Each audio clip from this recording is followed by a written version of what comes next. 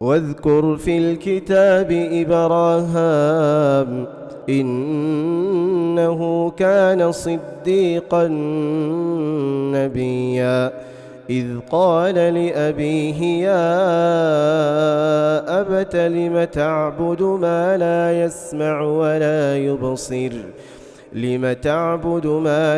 يسمع ولا يبصر ولا يغني عنك شيئا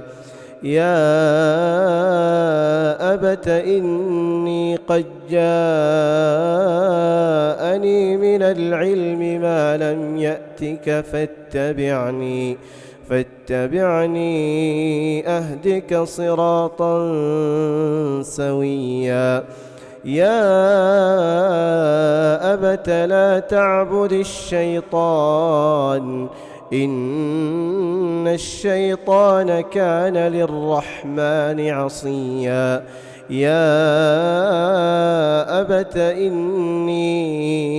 أخاف أن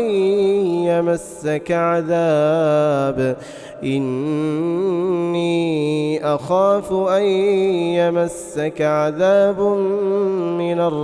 الرحمن فتكون للشيطان وليا قال أراغب أنت عن آلهتي يا إبراهام لئن لم تنته لأرجمنك واهجرني مليا قال سلام عليك سأستغفر لك ربي إنه كان بي حفيا وأعتزلكم وما تدعون من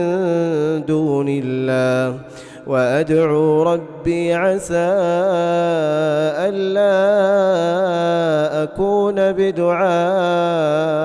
ربي شقيا فلما اعتزلهم وما يعبدون من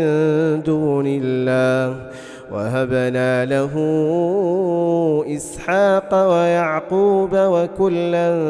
جعلنا نبيا ووهبنا لهم من رحمتنا وجعلنا لهم لسان صدق عليا.